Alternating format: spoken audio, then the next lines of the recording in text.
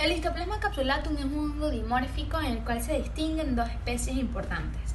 La primera es el Histoplasma capsulatum variante capsulatum y la segunda el Histoplasma capsulatum variante duboisi, que ambas producen la enfermedad conocida como histoplasmosis.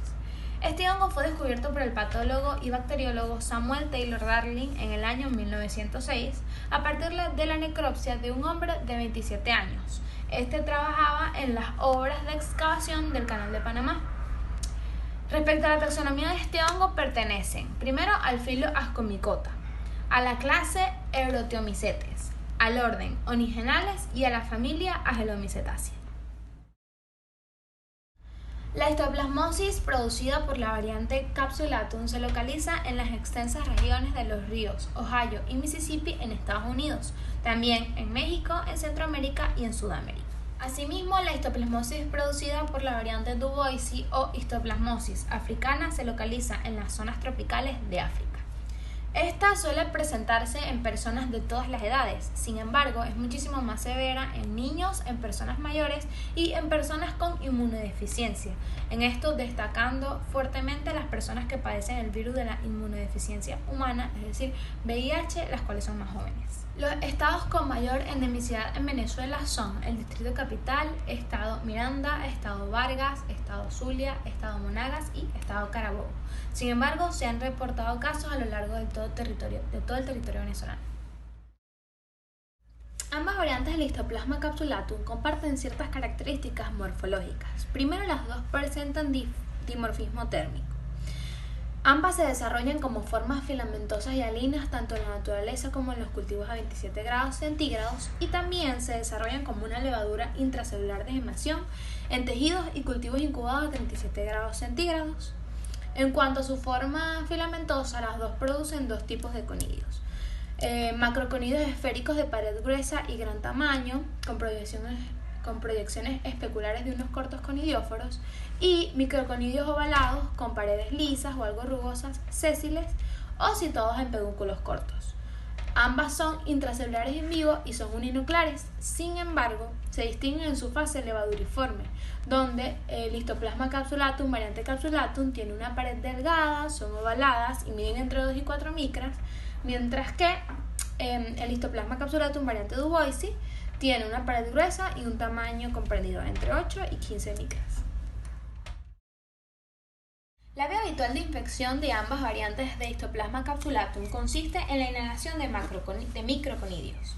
La combinación de la inhalación de estos conidios existentes en el medio ambiente y la incapacidad de eliminar el hongo a través de los mecanismos mucociliares posibilita entonces la transformación de estos conidios ingeridos a células en fase de levadura.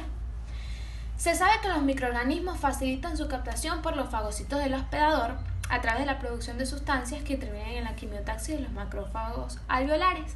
Sin embargo, no se conoce detalladamente cuál es el mecanismo de resistencia del patógeno ante las acciones destructivas de dichas células. Se ha propuesto que ciertos esfingolípidos con fosfoinositol presentes en la pared celular de la levadura podrían interferir en la respuesta oxidativa del macrófago frente al patógeno micótico. Las células en fase de levadura son rápidamente ingeridas por los macrófagos alveolares. Tras su ingestión, el pH del fagolisosoma aumenta de 6 a 6,5, lo que conduce entonces a una inactivación de las enzimas lisosómicas. Además, el Histoplasma capsulatum atrapa hierro por medio de un sideróforo hidroxámico, que es favorecido por la modulación del pH del fagolisosoma. De forma similar a lo que pasa con el hierro, las células en fase de levadura, dentro aún del fagolisosoma, liberan un gran número de moléculas de unión a calcio. Estas se encargarán de la adquisición del calcio intracelular. Otro factor de virulencia es la pared celular, la cual en la mayoría de las cepas de Histoplasma capsulatum contiene 1,3-alfa-glucano, lo que les permite infectar y sobrevivir dentro del macrófago, además de proliferar dentro del fagolisosoma y finalmente destruir el fagocito con el fin de liberar nuevas levaduras que infectarán otros macrófagos. El hábitat natural de la forma micelial es el suelo con un elevado contenido de nitrógeno, tal cual como es el existente en áreas contaminadas por excremento de ave o murciélago.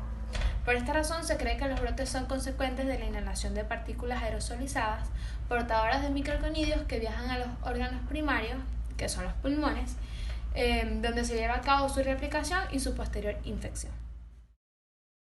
La intensidad de la afección y por consiguiente la forma clínica que se desarrollará depende siempre del número de conidias inhaladas, así como también de la integridad de la respuesta inmune de la persona. Las formas clínicas más frecuentes de histoplasmosis son: primero, la histoplasmosis pulmonar aguda. Este es el resultado de la exposición al hongo Histoplasma capsulatum por una persona sana, que termina siendo una infección autolimitada, usualmente asintomática o con síntomas leves tipo gripal. Sin embargo, puede pasar que el inóculo contenía un número elevado de conidias y la exposición termina teniendo como resultado una enfermedad respiratoria aguda, aun cuando sea una persona inmunocompetente. Esta forma se caracteriza por un proceso pseudogripal en el que se presenta fiebre, escalofríos, cefalea, tos, mialgia y dolor torácico. En ocasiones se puede desarrollar una neumonía aguda, pero esto se evidenciaría en la exploración física y en la radiografía de tórax.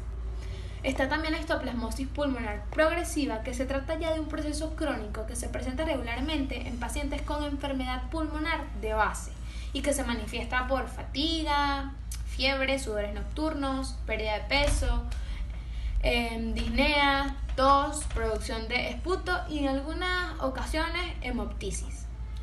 Esta parte radiológicamente se caracteriza por la formación de cavernas y fibrosis progresiva, las cuales se asientan en los lóbulos superiores. Este cuadro se llega a ser similar a la tuberculosis, por esto se le confunde mucho con esta enfermedad. En una radiografía de tórax se encontrará infiltrado de tipo intersticial, difuso y bilateral. Por último está la histoplasmosis diseminada, que puede desarrollarse primero por reactivación de una antigua infección que dejó focos donde el hongo se encontraba latente, pero viable, o bien presentar la diseminación de una nueva infección ocurrida en pacientes más que todo con alteración del sistema inmune. El curso clínico de esta forma puede ser agudo con falla multiorgánica y coagulopatía de consumo, que normalmente puede llevar a la muerte. También tiene una forma subaguda que está frecuente en los pacientes infectados por VIH. Aquí se presenta sudoración, pérdida de peso, fiebre, síntomas respiratorios, hepatoesplenomegalia, crecimiento ganglionar, lesiones en la piel y en las mucosas. Y por último también existe una forma crónica, que es frecuente en las personas ya de mayor edad, que se puede manifestar con fatiga, fiebre, sudoración, nuevamente lesiones en la mucosa oral, pero con escasos síntomas respiratorios. En los casos anteriores, la radiografía de tórax puede ser normal, mostrar casos infiltrados intersticiales o bien revelar compromiso extenso y de tipo miliar. A diferencia de la histoplasmosis clásica, las lesiones pulmonares son muy infrecuentes en la histoplasmosis africana, en la que destacan los síntomas de linfadenopatía regional, lesiones papulosas o nodulares, osteolitis, fiebre, anemia, pérdida de peso y organomegalia. Este tipo de histoplasmosis es siempre mortal, excepto en aquellos pacientes que reciben un diagnóstico y un tratamiento precoz. El diagnóstico de histoplasmosis puede realizarse con examen directo, cultivos, detección de antígenos del hongo, detección de anticuerpos en suero y líquido cefalorraquídeo e imaginología. Sin embargo, hay formas más eficaces para cada caso en particular. Por ejemplo, en la histoplasmosis pulmonar aguda, el diagnóstico se establece primordialmente por hallazgos clínicos y epidemiológicos, ya que los exámenes de laboratorio suelen ser negativos en etapas tempranas de la primera infección. En cuanto a la histoplasmosis pulmonar progresiva, las pruebas de laboratorio como coloraciones de tipo grid, cultivos y serologías son casi siempre positivas y por lo tanto resultan efectivas en el establecimiento del diagnóstico. Finalmente, en cuanto a la histoplasmosis diseminada, el diagnóstico se basa principalmente en la aplicación de la microscopía y los cultivos de materiales obtenidos de las diferentes localizaciones de la enfermedad, como sangre con hemocultivos, punción de aspiración de médula ósea, escarificación de lesiones cutáneas, secreciones respiratorias, entre otras cosas. En el tratamiento para esta enfermedad generalmente se suministra anfotericina B con intraconazol. Dependiendo del tipo de histoplasmosis, será el periodo de administración en cada caso. En la histoplasmosis pulmonar aguda será por 12 semanas, en la histoplasmosis pulmonar progresiva será de 12 a 24 meses y en la histoplasmosis diseminada será de 6 a 18 meses. Cabe destacar que en los pacientes con SIDA deben ser sometidos a este tratamiento de por vida con intraconazol. Finalmente, para prevenirla debemos evitar la exposición a suelos contaminados, exploración de cuevas y cría de aves. Es importante también tener medidas de higiene en el personal de salud expuesto y en aquellas personas que laboren en áreas de excavación y demolición. No se debe olvidar el uso de la mascarilla respiratoria y es importante satanizar todos los lugares que veamos contaminados con excremento de aves o murciélagos. Buenas, mi nombre es Nailin Domínguez y pertenezco al grupo de la sección 10301. Hoy le voy a hablar del hongo Cryptococcus neoformans. Es un hongo filamentoso que se encuentra encapsulado y puede vivir tanto en animales como en plantas. El método de contagio básicamente es por inhalación y este se encuentra en la tierra. Generalmente se ve en muchos casos en apartamentos, ya que en los balcones siempre se alojan muchas palomas y es uno de los métodos principales de transmisión. Es un hongo monofórmico y puede ocasionar criptococcus pulmonar y neumonía general. También puede ocasionar meningitis criptocóxica, que es una infección micótica que se aloja en los tejidos que cubren el cerebro y la médula espinal. Vamos a hablar de las características generales. Podemos decir que este hongo es un microorganismo oportunista. ¿Qué quiere decir? Que se aloja básicamente cuando en el hombre su sistema inmune está deprimido. También puede suceder que existen personas inmunocompetentes, pero también pueden contagiarse de este hongo si están expuestos por un periodo muy largo y esto se puede manifestar de manera generalizada y progresiva. Antes de la epidemia del SIDA, en los Estados Unidos había una incidencia de aproximadamente 2 casos por cada millón de habitantes, dando una tasa anual de 300 contagiados aproximadamente. Hoy en día el 96% de los pacientes son pacientes que tienen SIDA, aunque puede variar de acuerdo a la tasa de infección de HIV. Entre los factores de virulencia del Cryptococcus neoformans tenemos como primer lugar que la cápsula está constituida por glucoronoximalnano, GXN. Y en segundo lugar, que los productos extracelulares que secretan se encuentra la melanina, la lacasa y la ureasa.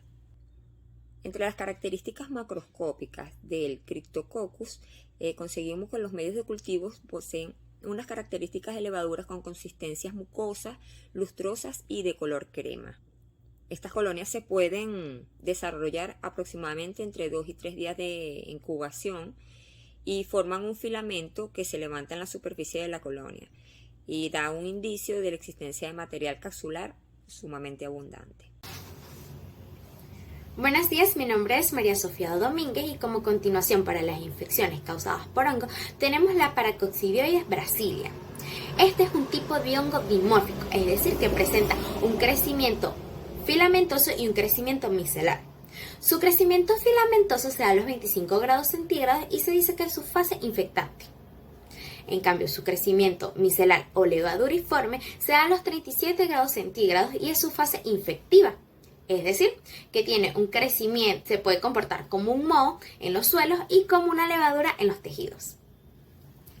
La Paracoccidioides brasilia causa un tipo de micosis llamada paracoccidioidomicosis. Esta, en primer lugar, causa lesiones en los pulmones y puede llegar a otros órganos internos. Además, como efecto secundario o alternativa, también afecta a la cavidad bucal, causando lesiones granulosas con ulceraciones. En la cavidad bucal principalmente afecta a los labios, encías, paladar, mejillas, mucosa en general. ¿Qué provoca esto? Que el paciente tenga un dolor durante la masticación y la deglución. Además, este también puede afectar a la cadena ganglionar del cuello. Para desglosar las características generales de la Paracoccidioides brasiliens, vamos a dividirlo según su fase de crecimiento, las cuales son su fase filamentosa y su fase micelar o levaduriforme. En su fase filamentosa se caracteriza por un crecimiento lento a los 25 grados centígrados aproximadamente. Posee hifas intercaladas y alinas con clamidoconidias intercaladas.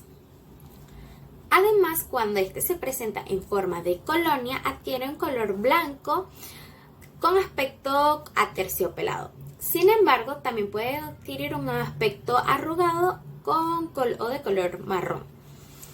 En su fase levaduriforme o micelar se caracteriza que se observa en los tejidos a unas temperaturas de 37 grados centígrados. Sus células normalmente son ovaladas o redondas multigemantes y poseen una base angosta. Se caracteriza por una pared gruesa y también se les dice que tiene un aspecto de timón o rueda de barco. Esto se debe a que las blastocomidias están unidas a la célula progenitora a través de un delgado istmo, dándole este aspecto. Entre las características epidemiológicas de la paracoccidomicosis, tenemos que es una enfermedad endémica en América, afectando principalmente a Brasil, donde se registran el 80% de los casos anuales. Sin embargo, prevalece en países como Venezuela, Colombia, Argentina, Perú, Bolivia, Ecuador, entre otros, que son países centroamericanos. Y en los países centroamericanos es de muy poca incidencia. Estos países sudamericanos les permiten un hábitat ideal para su correcto desarrollo, como lo es vegetación exuberante, temperaturas moderadas o humedad alta y suelos ácidos. Cabe resaltar que esta enfermedad se da más que todo en el sexo masculino, tiene un mayor índice en el sexo masculino, entre niños de 6 y 16 años y adultos entre 30 y 60 años. En las mujeres tiene un índice muy pequeño. Esto es debido a la hormona beta-estradiol, que es una hormona esteroidea sexual que inhibe su transformación desde su fase filamentosa a una fase micelar o levaduriforme.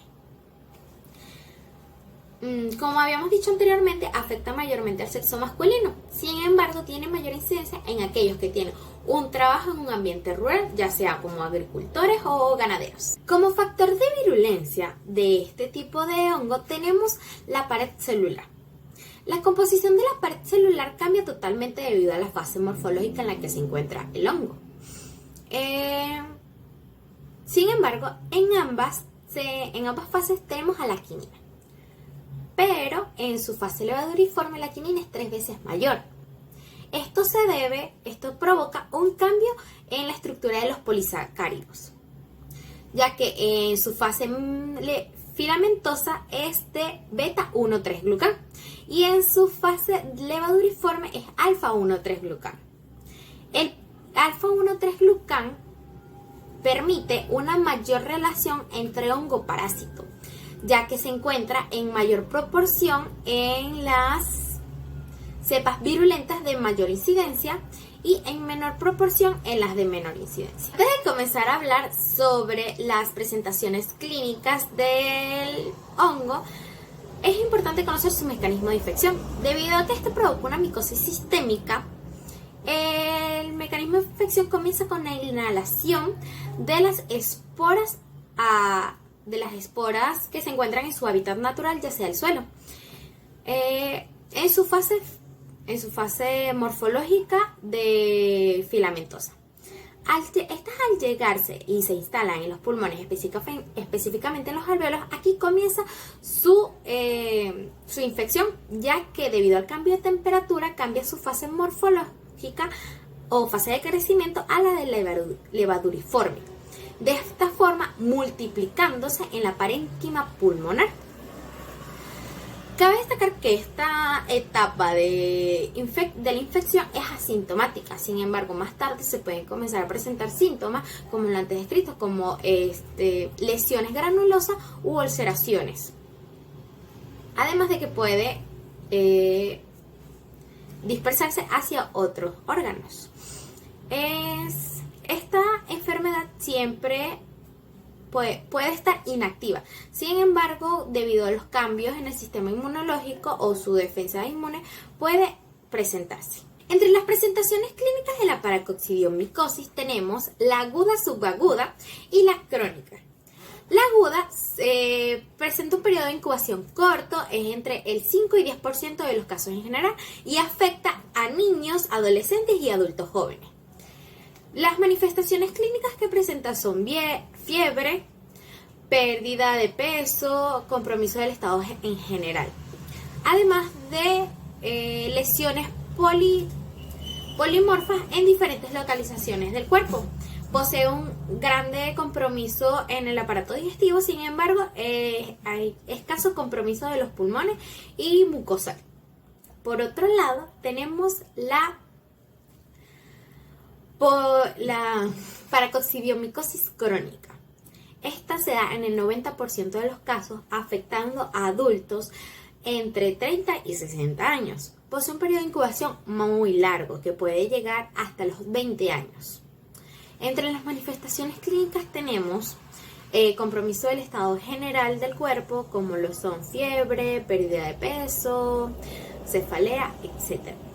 Además de que tenemos compromiso pulmonar o síntomas pulmonares como lo son las tos, expectoraciones, disnea, hemoptosis y también se pueden presentar lesiones poliquísticas, granulosas u ulceraciones en la cavidad bucal, en la faringe, en diferentes partes del cuerpo. Además que estas lesiones pueden llegar a perjudicar el estado general de la encía, provocando que los dientes comiencen a aflojarse, enfermedades periodontales, etc.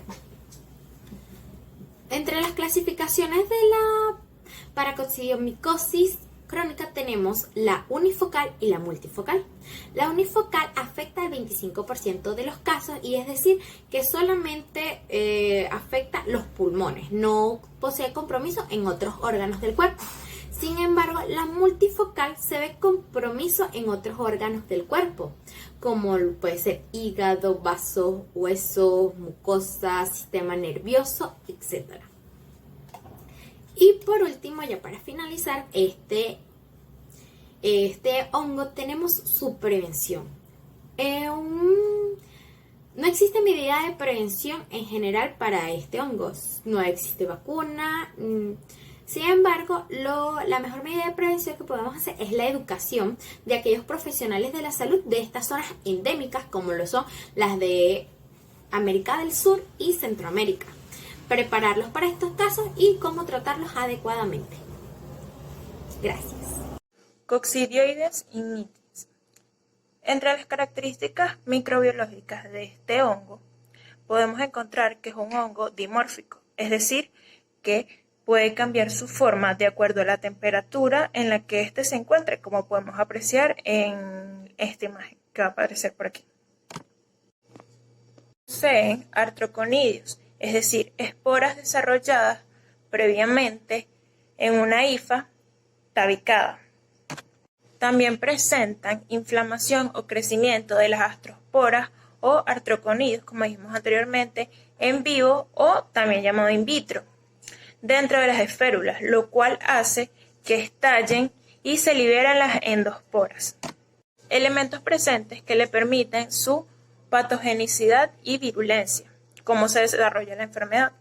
Este microorganismo actúa como agente patogénico en individuos sanos y como organismo oportunista en personas inmunodeficientes, como lo son las personas que tienen patologías como VIH.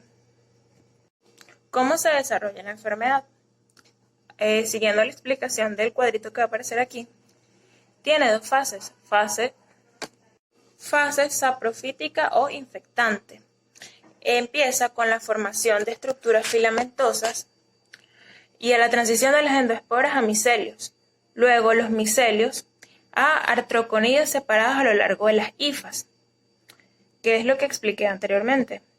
Luego estas tienden a amplificarse, los artroconidios, y empieza como la forma en la que se contaminan, que es en la remoción de la tierra, ya que este hongo se encuentra en la tierra. Por eso la población más afectada son agricultores, arqueólogos y personas que siempre estén en contacto con la tierra.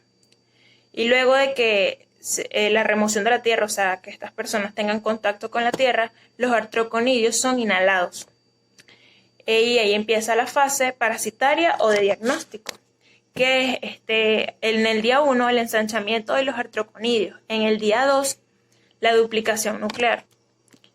Día 2, duplicación nuclear.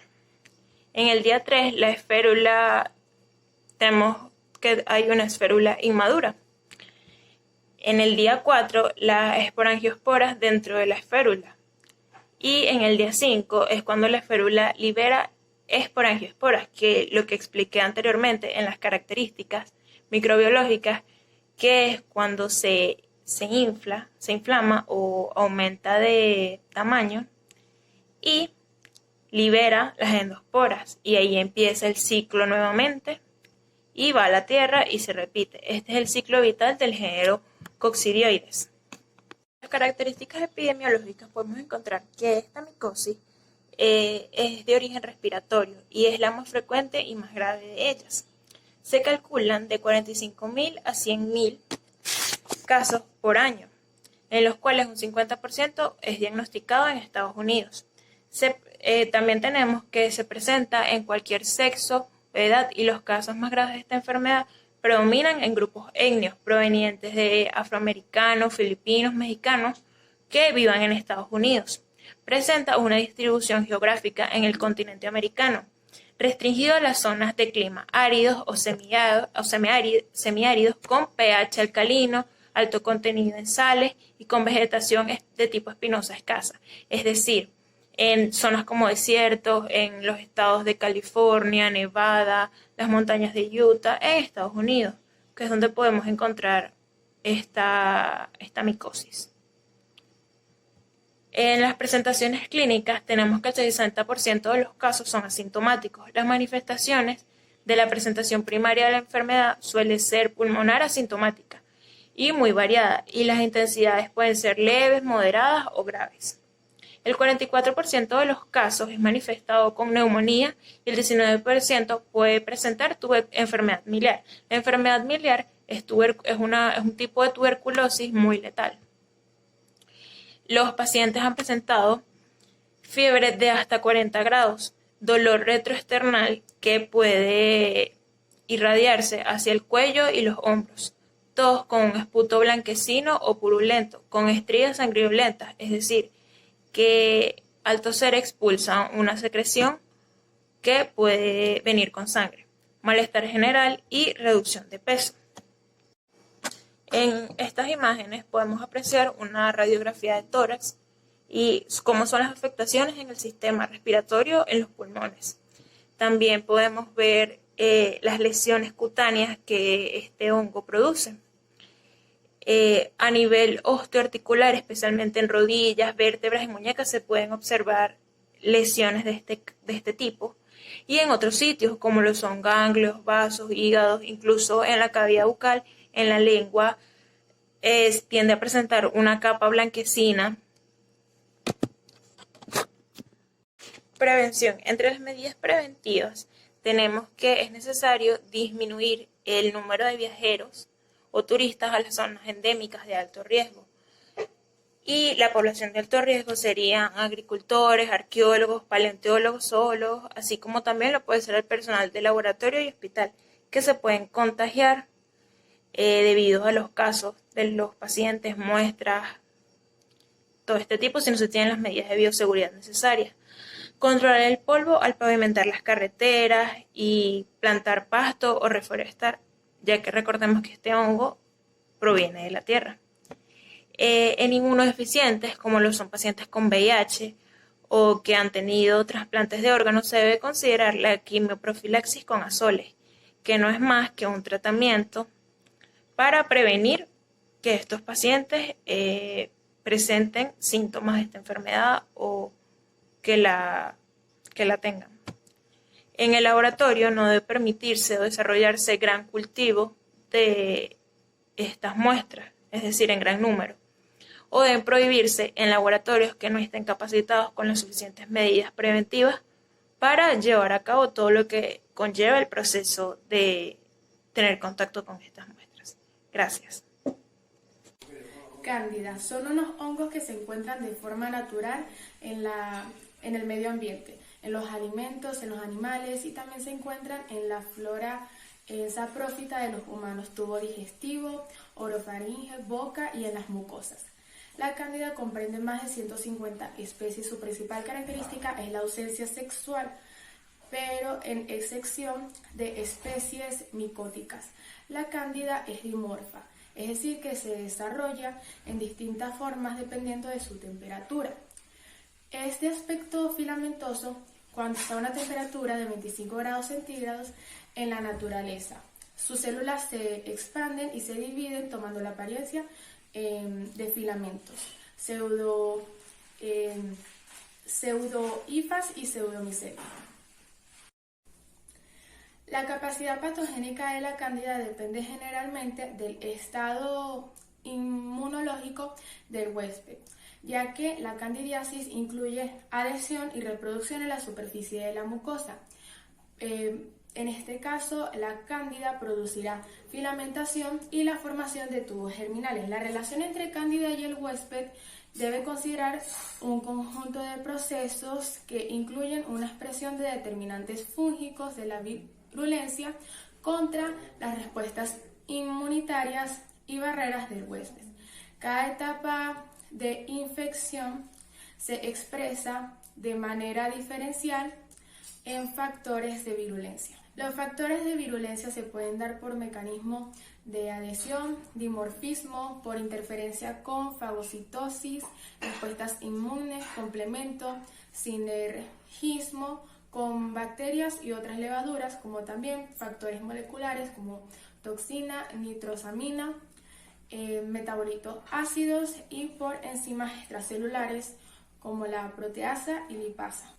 ¿Cómo se puede desarrollar esta enfermedad? Puede ser por colisión, que es adhesión epitelial, adquisición de nutrientes por medio de enzimas, formación de hifa y cambios de fenotipos. Puede ser por infección superficial, que es la penetración epitelial, y degradación de proteínas por medios de enzimas hidrolíticas. Infección profunda, que es la invasión vascular, evasión inmune, enzimas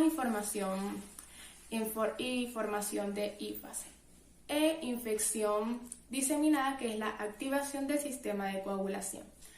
La cándida es una infección mundial y es una de las infecciones oportunistas más comunes en los humanos.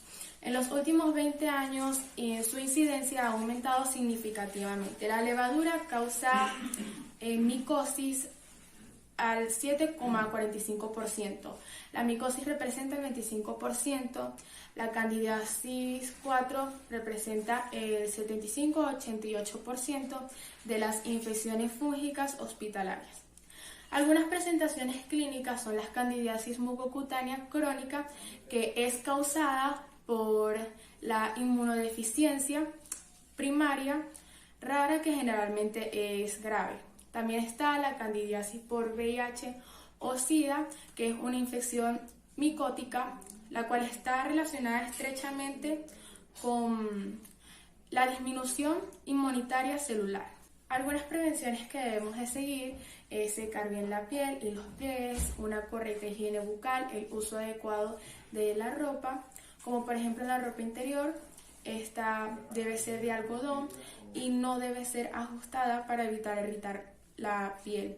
También restringir el consumo de antibióticos cuando hay una candidiasis vaginal y evitar tener relaciones sexuales, debido a que esta puede desarrollarse y puede tardar en curar. Como también una dieta adecuada, disminuir la ingesta de alcohol, azúcares e hidratos de carbono.